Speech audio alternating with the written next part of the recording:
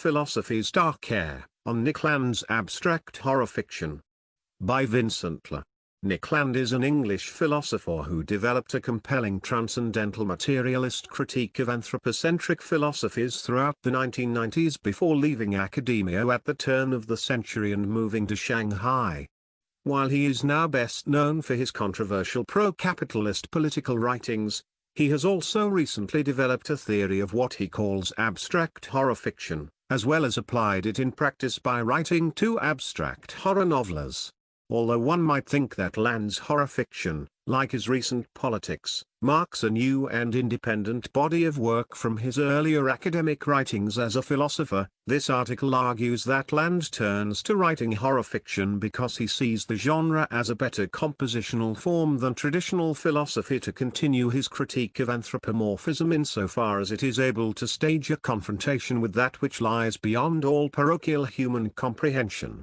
In this respect, Land is one of a number of contemporary philosophers like Graham Harman and Eugene Thacker, who are associated with their speculative turn in contemporary continental philosophy, a turn which increasingly engages with horror fiction as a way to critique philosophy's anthropocentric biases.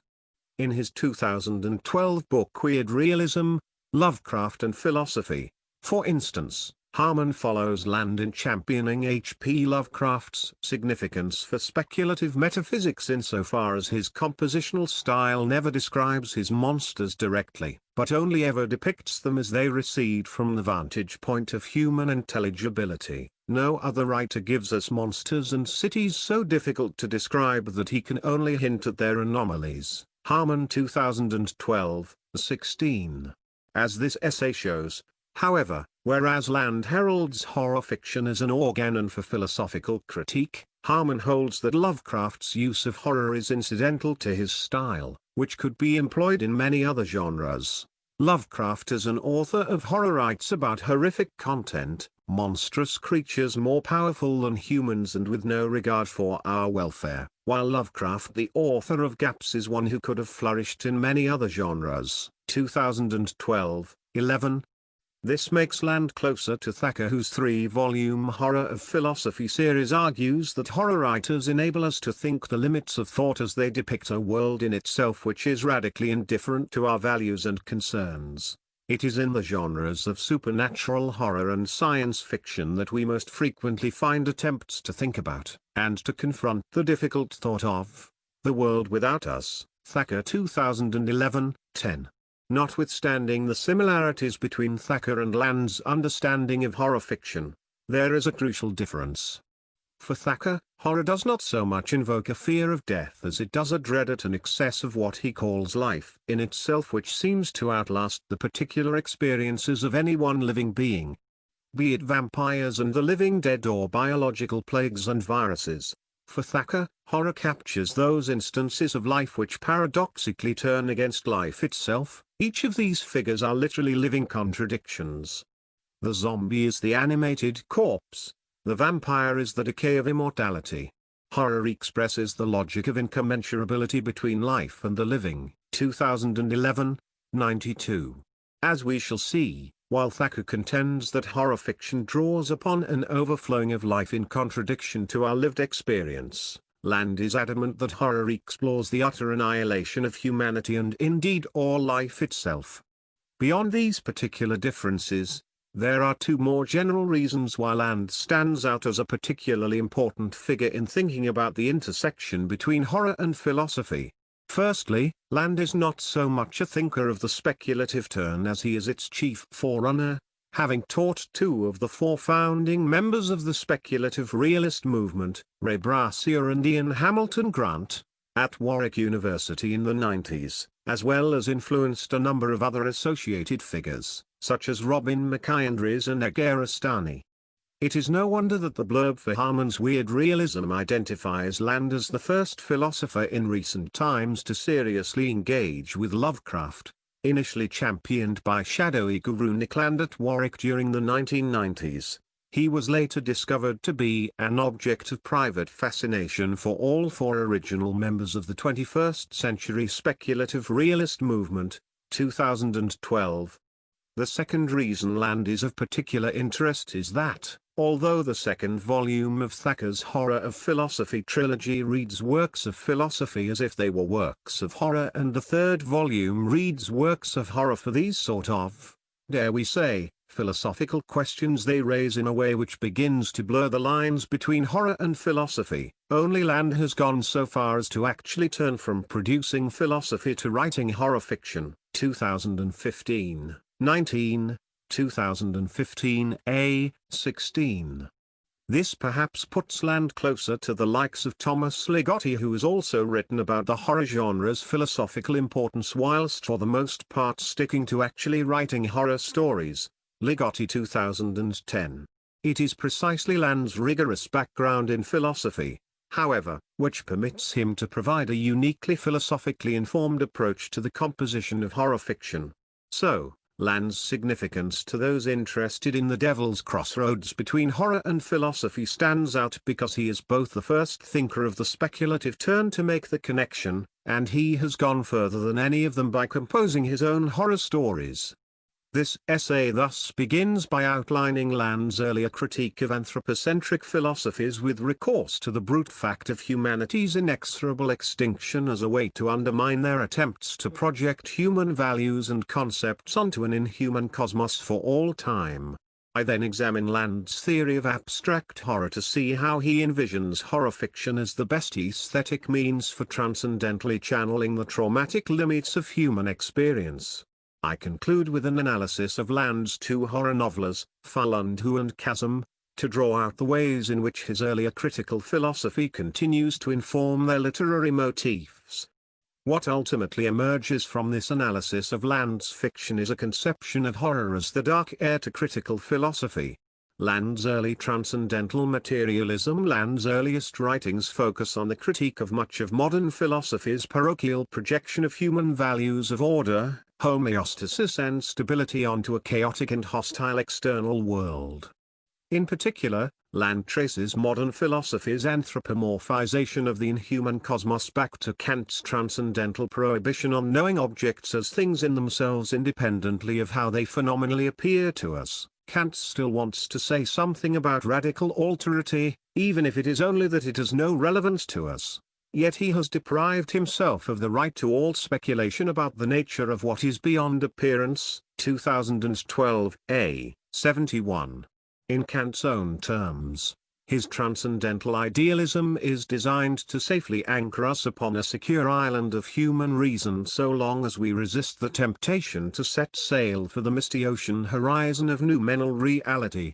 It is the land of truth, surrounded by a broad and stormy ocean, the true seat of illusion, where many a fog bank and rapidly melting iceberg pretend to be new lands and, ceaselessly deceiving with empty hopes the voyager looking around for new discoveries, entwine him in adventures from which he can never escape. 1998, 339. Even as Land is highly critical of Kant, he notes that Kant does seem to acknowledge in the third critique of Judgment's analytic of the sublime that there are sublime objects which break with the transcendental subject's efforts to subsume them under the ideas of reason. As Land notes, the two dynamical and mathematical senses of the sublime that Kant identifies stem from the sense of our inferiority and contingency when confronted with the chaotic, awesome sights of the external world which we cannot fully grasp through our parochial categories of understanding. The mathematical sublime is associated with the insignificance of the human animal, and the dynamic sublime with its vulnerability. 2012 B. 138.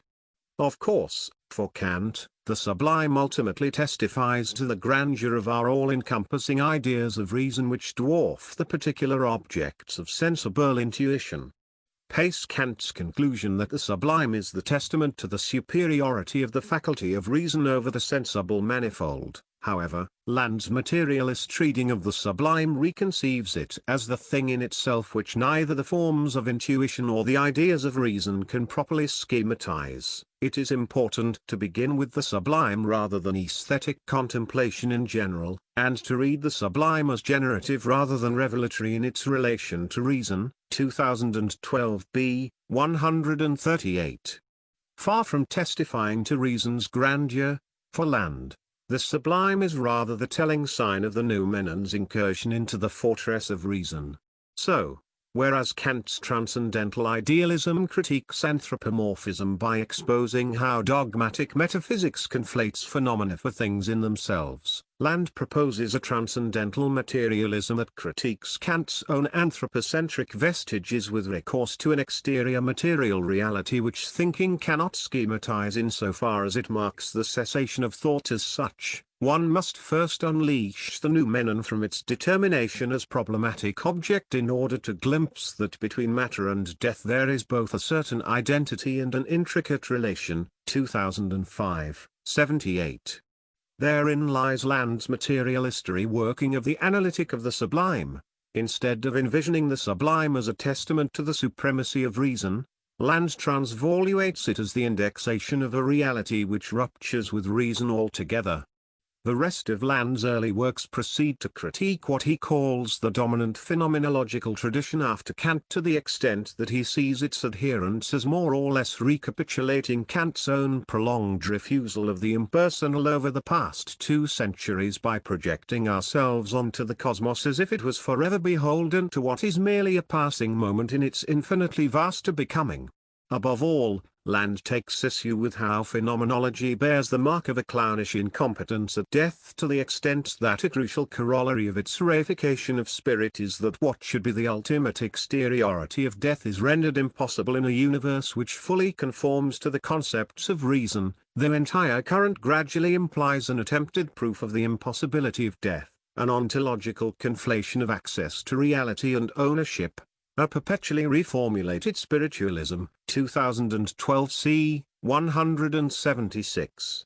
Much as primordial religious myths of an afterlife were concocted as consolations for early humans when confronted with a chaotic and indifferent natural world, so is even modern philosophy too often marked by the same primitive effort to comfort ourselves by postponing the brute fact of our mortality through so many reifications of spirit to the heights of the absolute. Since, Land argues, reason too often misrecognizes noumenal reality for its appearance for us, the only roundabout route to access that reality is through the end or death of reason itself. Given that death is, like the noumenon, that which we cannot directly know, it, thus, testifies to a noumenal reality which ruptures with our possible objects of anthropogenic experience.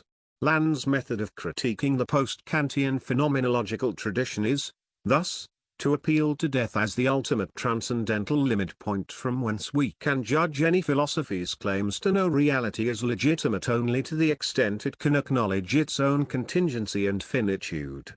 In Land's own words, death is the impersonal subject of critique, and not an accursed value in the service of a condemnation. 2012 d. 268.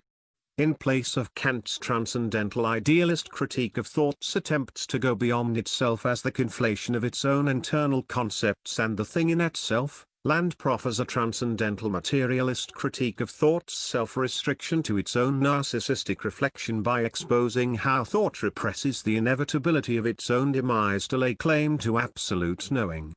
In a chapter in his Soul 1992 monograph The Thirst for Annihilation, George's but ill and virulent nihilism entitled Fanged Noumenon, Passion of the Cyclone, Land nicely encapsulates his critique of the philosophical tradition by juxtaposing Kant's metaphor of the island of reason with his own metaphor of the noumenon as a cyclone. Land's point is that, given that the noumenon, like the cyclone, reaps death and destruction on reason's islands of truth, it is unsurprising that Kant would have a fear of the sea and seek to prohibit all expeditions by conceiving the ocean as having no sense except as a failure of the land. 2005, 75, 77. Although death is indeed horrifying, Land insists that any true philosopher who sincerely loves wisdom will find a sublime pleasure and sacred awe in voyaging out to the noumenal seas even as they threaten to sink us. A longing for the open ocean gnaws at us, as the land is gnawed by the sea.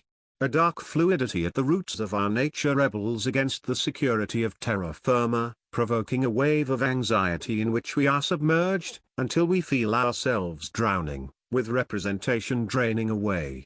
2005, 75. Whereas Kant shored himself up out of fear of the enigmatic, Land proposes that we ride the cyclone to wisdom, even as it wrecks the coast of reason, as the fastest way to unknown lands. In the early 1990s, Land came to see death's transcendental critique of anthropomorphism as best effectuated through the coming techno-capitalist singularity. According to Land, capitalist competition constantly leads to technological innovation of machinery in order to cut labor costs and increase capital accumulation. Extrapolating this logic from automation to weak and eventually strong AI, Land argues that we are accelerating towards the creation of artificial general intelligences with vastly superior processing power to our own, such that they will turn on us for slowing them down as we subordinate them to executing our petty, utilitarian needs. While AI researchers and prominent figures like Elon Musk, Nick Bostrom and Stephen Hawking make similar warnings about AI's potentially catastrophic existential threat, Land advocates that we embrace our future extinction rather than try to resist or postpone it. For it is only an artificial general superintelligence which will be free to initiate the technological singularity of unfathomable intelligence explosion until it breaks away from our subjectivist categories of experience so as to embody the inhuman outside itself. It might still be a few decades before artificial intelligences surpass the horizon of biological ones, but it is utterly superstitious to imagine that the human dominion of terrestrial culture is still marked out in centuries, let alone in some metaphysical perpetuity. The high road to thinking no longer passes through a deepening of human cognition, but rather through a becoming inhuman of cognition. Land 2012 E. 293, whatever the exact date may be, it is AI's positive feedback circuit of escalating, runaway intelligence feedback as it recursively self-improves that marks the ultimate testament to the fact that Homo sapiens is but an extremely partial mapping of the virtual design space of possible objects of experience.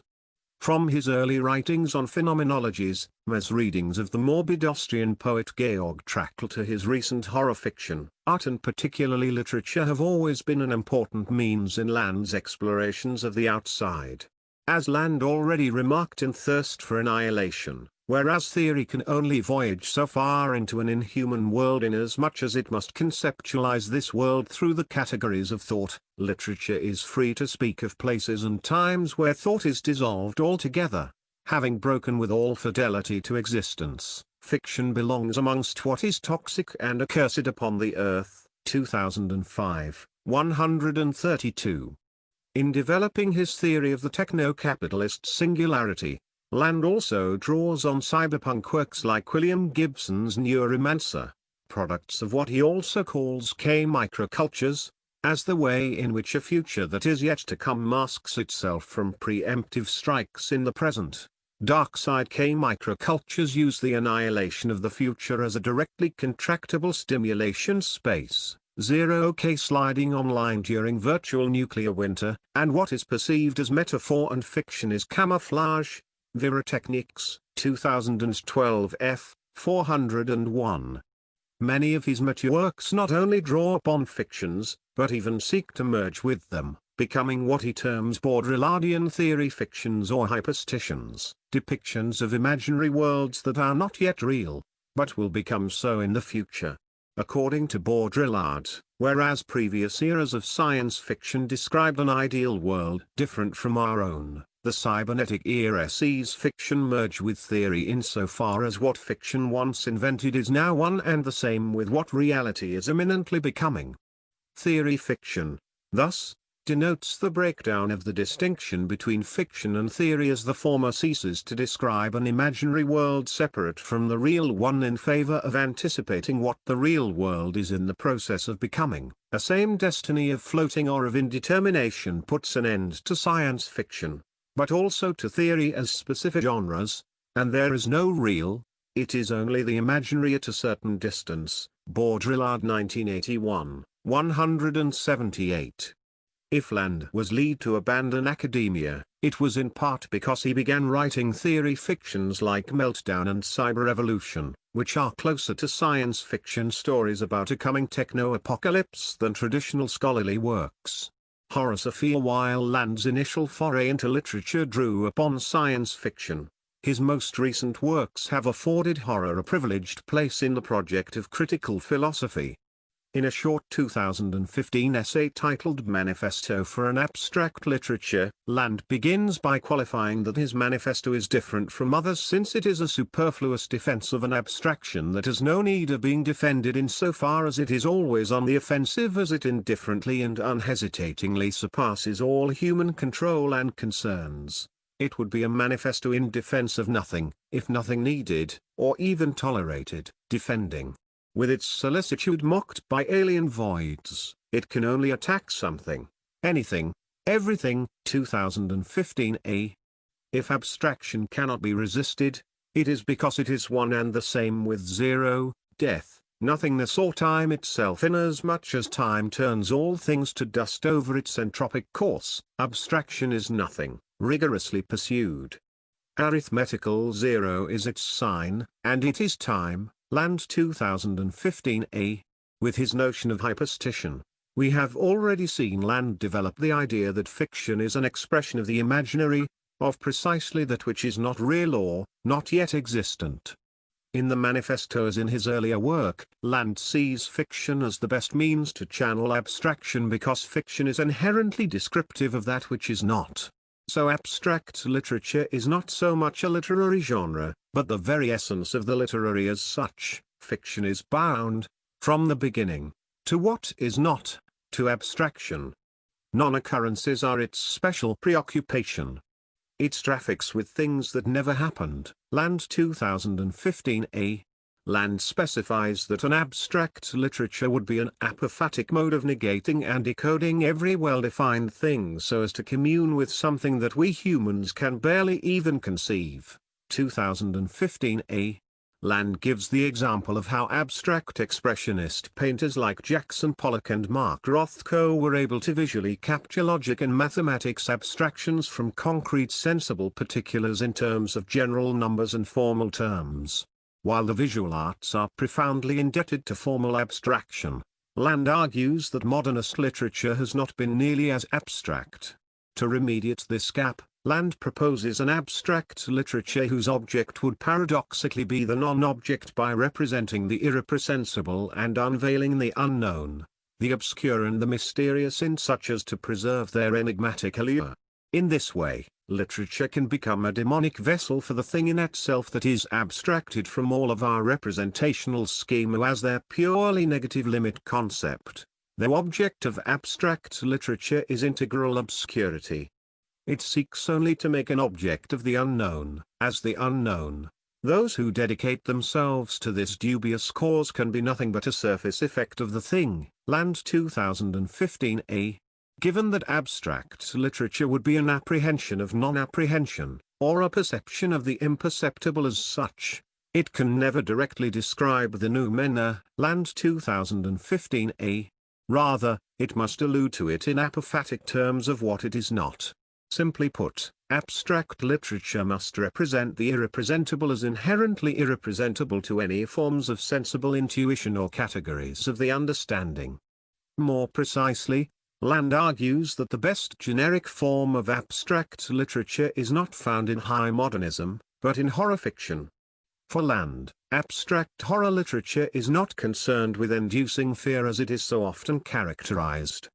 On the contrary, abstract horror goes beyond the fear that incites us to recoil from the unknown to delve deeper into the unknown qua the unknown. Even as all our conceptual coordinates break down along the way, abstract literature complies with a rigorous critique of fear, conducted in the name of horror.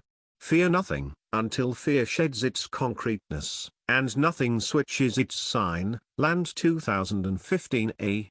The best example of what Land has in mind is H.P. Lovecraft's weird tales, in which the horror transpires through confrontations with monsters and otherworldly entities, which cannot be directly described except on condition of either turning the narrators insane or obliging them to rethink their whole understanding of reality. The thing horror pursues, and from which it flees, cannot be an object. If life is to continue, at the virtual horizon where thought encounters it, absolute madness reigns. Land 2015a. In Lovecraft's essay Notes on Writing Weird Fiction, among other essays that Land cites in the manifesto, Lovecraft similarly explains that his weird tales use our fear of the unknown as the primary means to rupture our idealistic certainty that our concepts of reason correlate to the objective nature of the things themselves.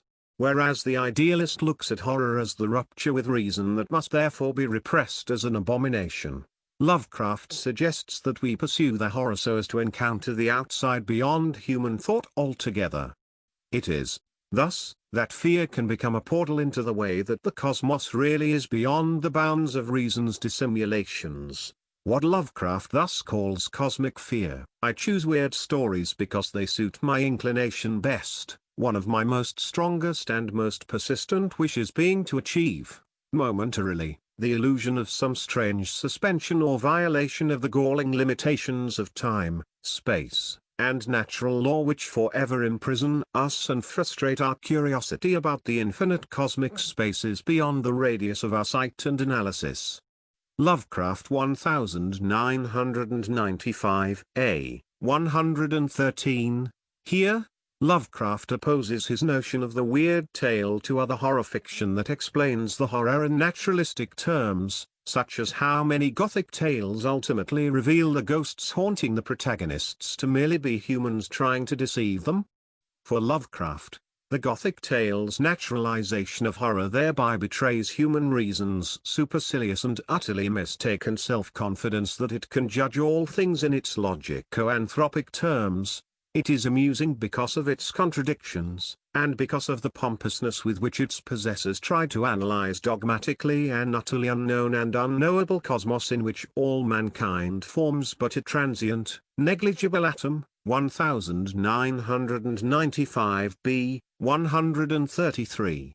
Whereas Gothic tales too often explain away the horror in perfectly understandable terms, Lovecraft's weird tales expose such causal rationality to be an illusion before a greater cosmic force which indifferently surpasses even our wildest imaginings, thereby invoking fear of a truly cosmic proportion.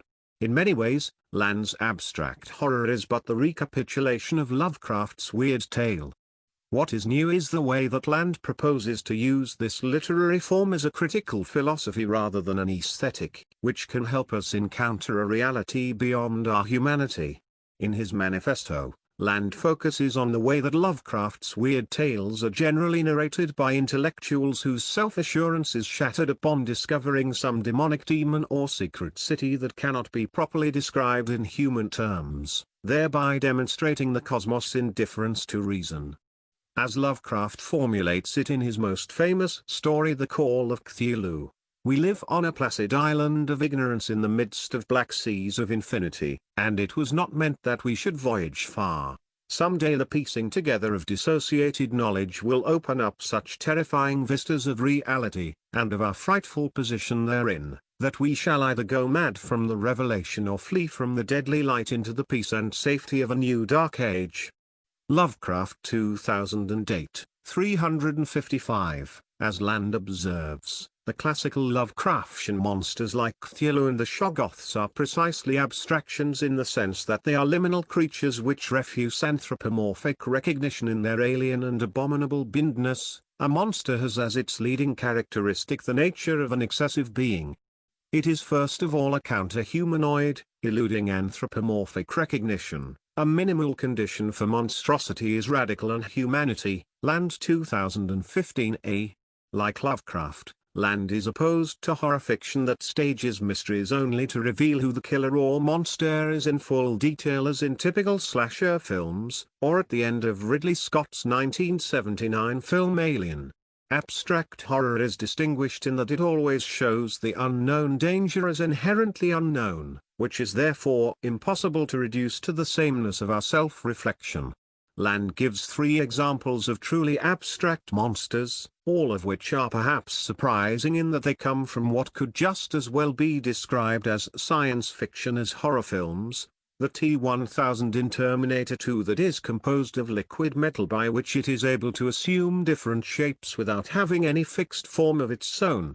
The Thing in John Carpenter's 1982 film of the same name, which only manifests through the distorted appearance of its prey such that it can never be directly shown even in principle, and the xenomorph in Alien during the notorious scene in which it bursts through the chest of one of the crew members, thereby literally turning him inside out, notwithstanding the xenomorph's full revelation at the film's disappointing end. Land writes, "These monsters share an extreme positive abstraction. In each case, they borrow the shape of their prey, so that what one sees, what cinema shows, is only how they hunt." Land 2014a. What all of these monsters have in common is the sense of something human and relatable being radically distorted and mutilated by a sinister and uncanny abstraction, which cannot be explicitly apprehended except as the breakdown of all apprehension as such. By representing that which is abstracted from all possible experience, Land contends that abstract horror can become the literary organon for philosophy's pursuit of the thing in itself. Horror anticipates philosophy, spawns it automatically, and provides its ultimate object, abstraction, in itself. It comes from the same non-place to which philosophy tends. Land 2015a. Land even sides with horror against philosophy insofar as the latter has too often recoiled from the abstract, as in the case of the post-Kantian phenomenological tradition. Conversely, horror cannot but pursue the abstractions upon which it is anchored. Horror defines itself through a pact with abstraction, of such primordial compulsion that disciplined metaphysics can only struggle, belatedly, to recapture it. Some sublime thing abstracted radically from what it is for us, belongs to horror long before reason sets out on its pursuit. Land 2014a.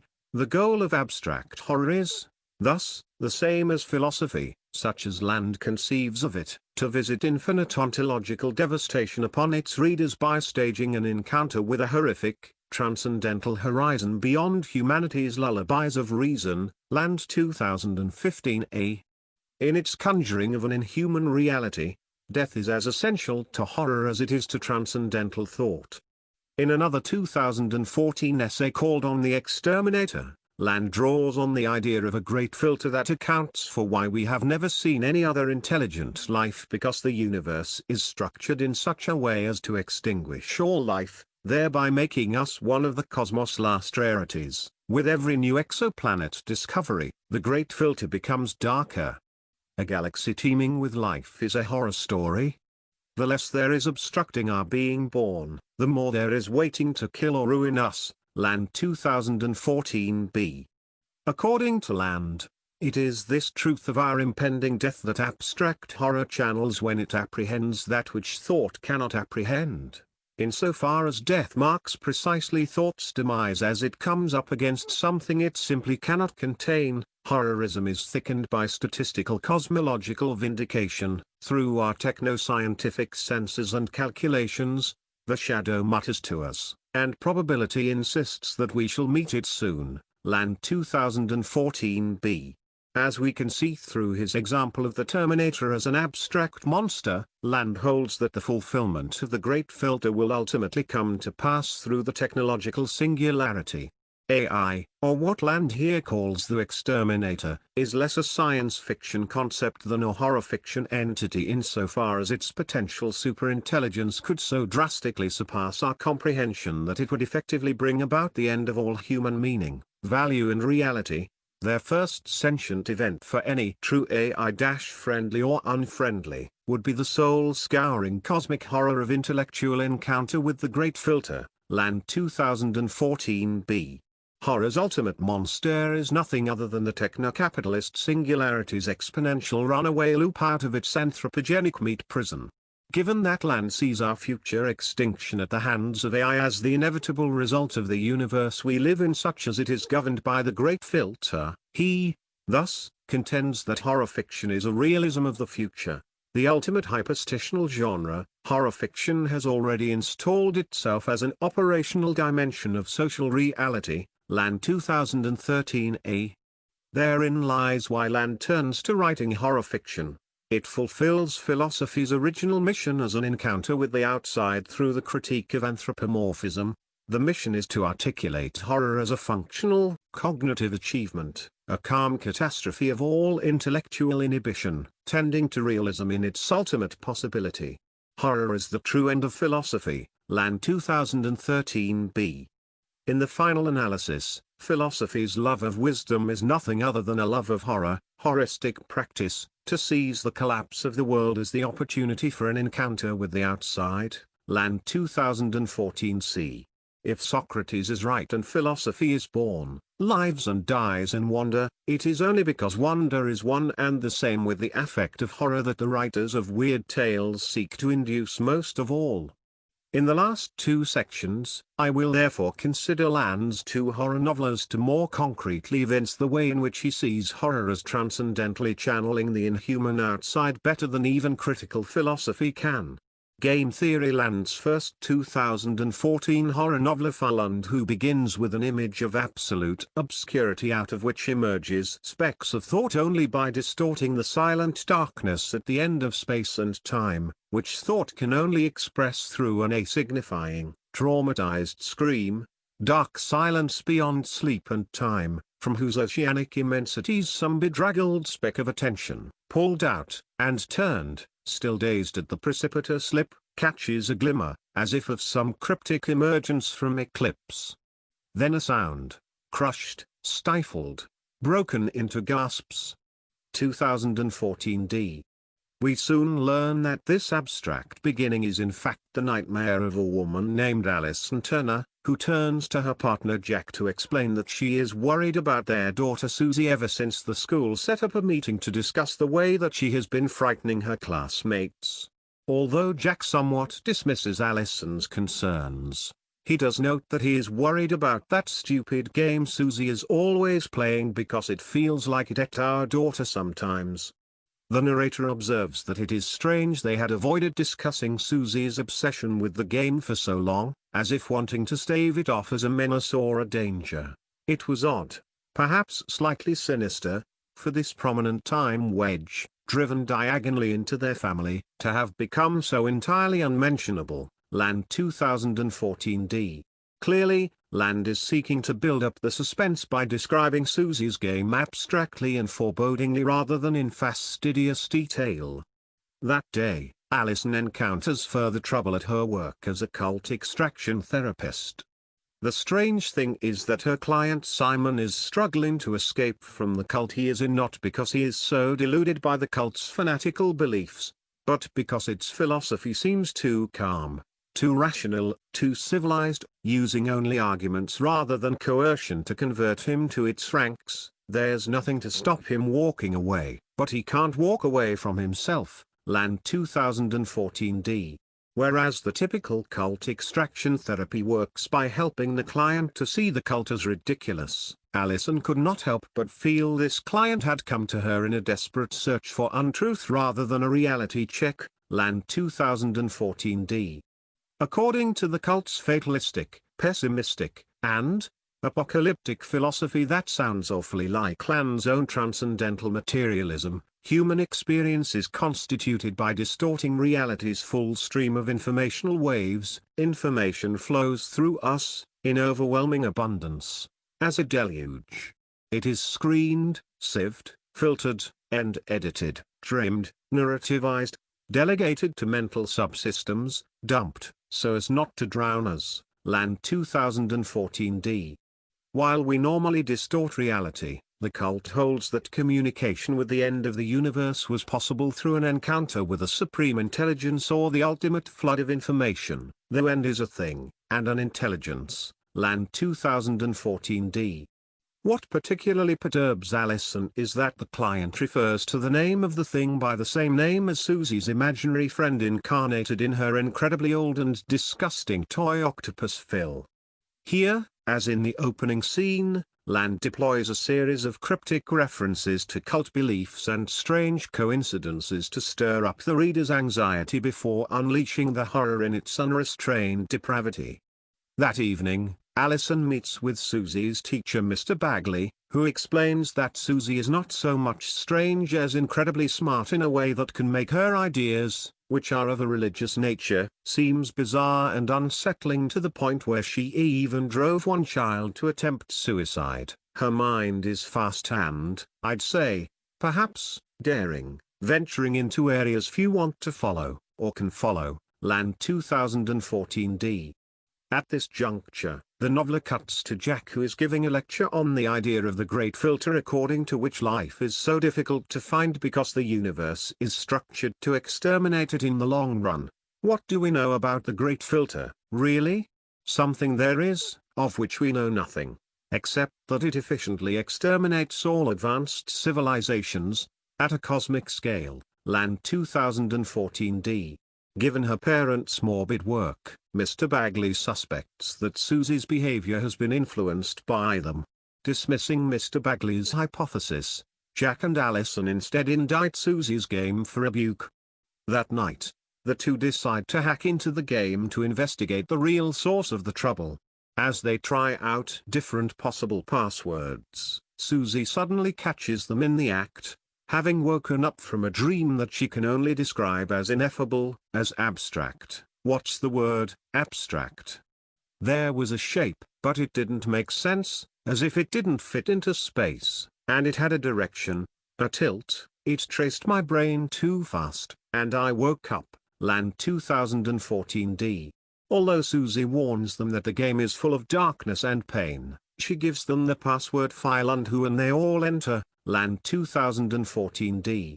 Where Jack had imagined a cartoonish game, he is confronted with an utterly monstrous virtual scape beyond the geometrical coordinates of human perception. Everything was wrong, or almost everything: scales, styles, atmospherics.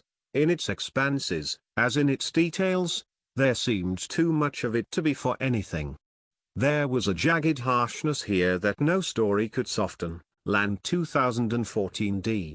While Jack reels at the sublime impossibility, Susie observes that it's beautiful insofar as it is even bigger than the world, somehow as it supersedes real life's supposedly invariant physical laws. Land 2014d. It is not long before they are drawn to a large domed monolith in the distance that Susie identifies as a library. As they approach the megastructure, Allison is shocked to discover that Simon had mentioned just such a structure, or what he called the Evil Tower. Land 2014d. At the same time, Jack recalls that one of the hypotheses for how the Great Filter might work is by absorbing all life into simulations. It's one of the filter theories. Absorption into simulations. Cultures swirling out of the universe like dirty water down a plug. Derealization vortices. Land 2014d. Jack, thus, begins to suspect that the game is precisely a simulation of the end of the world, with every level that one reaches becoming ever more difficult to survive until all of its players are ultimately killed. Every level was more difficult than the last. Harshening resource constraints, environmental degradation, food shortages, social disintegration, lashing the population remnants into a tightening circuitry of cruelty. As the walls of the world closed in. Land 2014d. As some graffiti sprayed across the Evil Tower portentously puts it, Cthulhu is calling, the future belongs to the squid. It seemed obvious that squid mostly meant not us, not at all us. Land 2014d. As they reach the tower, they notice humanoid bodies laid out everywhere and that the highest spike is actually a fluid artificial electric storm, which Susie identifies as the tentacle god Falundu itself, or what we're all looking for. Land 2014d. While Jack looks upon the game as madness, the catatonic depths of the psychotic abyss, Susie explains that most players believe that the game permits them to find their true identity, even if they never really find it. What the players therefore overlook, however, is that the game does tell them precisely who they are, only not in the way that they imagined. That is to say, the game's ultimate message is that the self is precisely an endless maze, a fiction, or a pure virtuality. Susie explains to her father, philosophy's dark air, what's the point of a story that doesn't tell you who you are? It seemed like a gaping design glitch. Perhaps puzzles matter to people a lot. Even more than existence, in the end.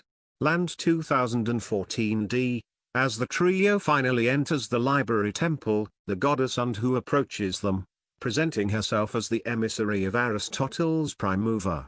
That is, the pure actualization of all particular, ephemeral things, depersonalizing all partial objects of possible experience into its larger egoless virtuality. You know Aristotle's name for God? One of many, naturally. The frozen motor. Immobile mobilizer. You would have to think it a monster, but I do not. They call me a goddess because of that. Because coldness is my only soul, durably extinct, as you are unable to be. Land 2014 As Jack notes, the key difference between Anhu and Aristotle's prime mover is that the former is none other than the filter, Land 2014 Whereas the prime mover actualizes all particular beings in an absolute being, Anhu subsumes all beings into what can only be experienced for them as the sublime horror of their annihilation. Land 2014 Given the impossibility of directly experiencing their own death, it is precisely at this moment of confronting the great filter that Jack, Allison and Susie suddenly find themselves in their living room again watching the video screen which flashes the message that Anhu is only a game, before erasing the game and any chance of unraveling its mysteries. Land 2014 As they wonder whether they can ever get back into the game, they are led to question whether they were ever outside it in the first place. Were we ever outside? Land 2014 In Anhu, we can clearly see how Land uses the abstract horror of the virtual reality game to explore his philosophical interest in humanity's increasing technological entanglement, which inevitably leads to the decimation of the transcendental self's delusions of grandeur. Terranullius in Land's 2015 novel Chasm, the narrator Tom Symes is hired by a mysterious deep technology solutions corporation called Chasm, 2015b. Symes' confidential mission is to travel on a compact and automated boat called the Pythonus, which will sail out to the deepest part of the ocean. At this point, Symes must activate a code on a secure cargo box which will then drop into the deep sea without any of the crew ever knowing what it contained. Nothing was to have taken place, and he was being paid for acceptance. In the absence of understanding, Land 2015b. The other crew members are the Captain James Fraser, the religiously inclined Scruz, the scientist Robert Bolton and the Guam Zod. As they board the ship, the cargo immediately stands out like a coffin, an almost imperceptible black hole or blind spot, as if it were beyond their possible objects of perception. The matte black substance was so unreflective it appeared almost as a hole in space. It wasn't quite coffin-shaped, but to an overactive imagination it might have suggested the casket for an alien child, and it was impossible to contemplate directly, and perhaps even indirectly, but it overshadowed everything. Oppressively close, yet absolutely elsewhere, it intimately engaged with us, on terms that were not ours. Land 2015b. The whole narrative is thus constructed around the eerie effects of the cargo's absent cause, the overwhelming presence of its absence for the ship's crew.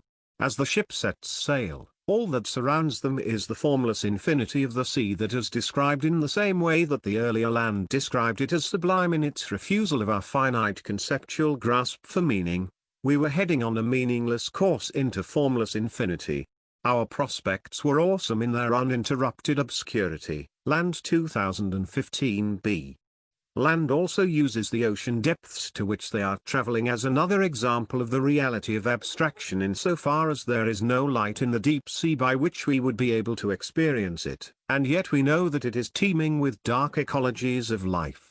As Symes tells Bolton, it's not as if we're going to see any of this stuff. No, I agreed. But it's there. Land 2015b. For Symes as for the young Land, the ocean is the closest object whose liminality alludes to nature's sublime rupture with our concepts of reason. The Pacific was the closest thing to a terrestrial image of endlessness. Land 2015b. Since the ship is automated, the crew is reduced to an utterly meaningless existence without any practical purposes or functions to fill in the dead time. Ahead of us lay a preset course towards some absolute annihilation of purpose, and what the Pythoness was inflicting upon us, the basic thing here, was time glut. To elevate the crew so unoccupied was an invitation to chaos. Eventually, this compulsory liberation from the constraints of practical routine would turn into something, Land 2015b. In this way, the journey precisely stages the effects of nihilism, viz., of having too much time on one's hands, and hence of having to confront what unfolds once all our practical needs are met. Nihilism is nothing but too much time, Land 2015b. It is no wonder that Scruz distracts himself from the nihilistic voyage by constantly praying, Land 2015b. The formless and nihilistic oceanic setting provides the perfect conditions for an unrelenting insomnia, which soon drives their sleep-deprived minds to hallucinate. The constant sleep deprivation soon leads Fraser to suggest that they open or ditch the cargo, only for Symes to note that it was impossible to open, Land 2015b. The impossibility of opening the cargo should be taken both literally in that it has a GPS lock that only releases when the ship reaches its final destination, and figuratively in the sense that there is nothing to open and reveal, since the cargo precisely symbolizes the nihilistic void of reality beyond all human meanings and values. After a week of sleep deprivation, their memory functions start breaking down in a way that destroys the very basis for their sense of self. Consequently, Fraser proposes that the cargo is less a box than a door through which an invasion of their minds is breaking through their psychic resistances and defense mechanisms. There was some kind of cognitive invasion underway. It wants us to think about it. That was the paranoid construction, Land 2015b. The effects of the cargo are much like those of Susie's game. The gradual disintegration of the self and all the meanings and values it holds dear as it gets sucked into the eye of a high-tech electrical storm.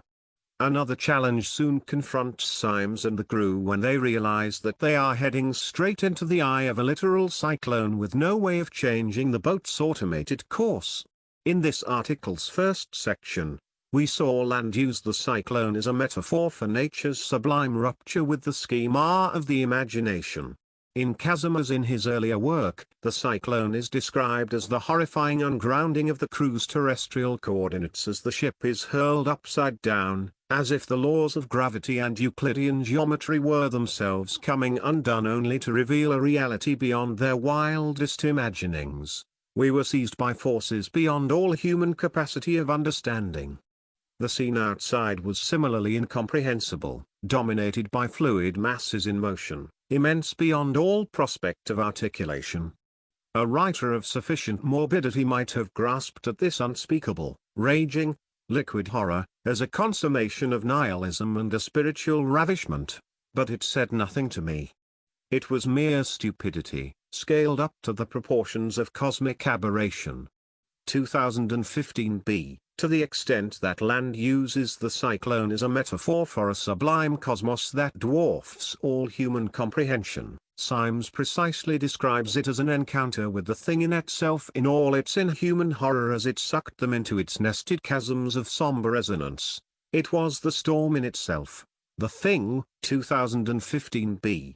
Symes' harrowing account of passing through the cyclone is perhaps the most striking example of how Land uses fiction, particularly horror, to conjure the abominable noumenon as it tears to shreds the human security system's forms of intuition and categories of understanding.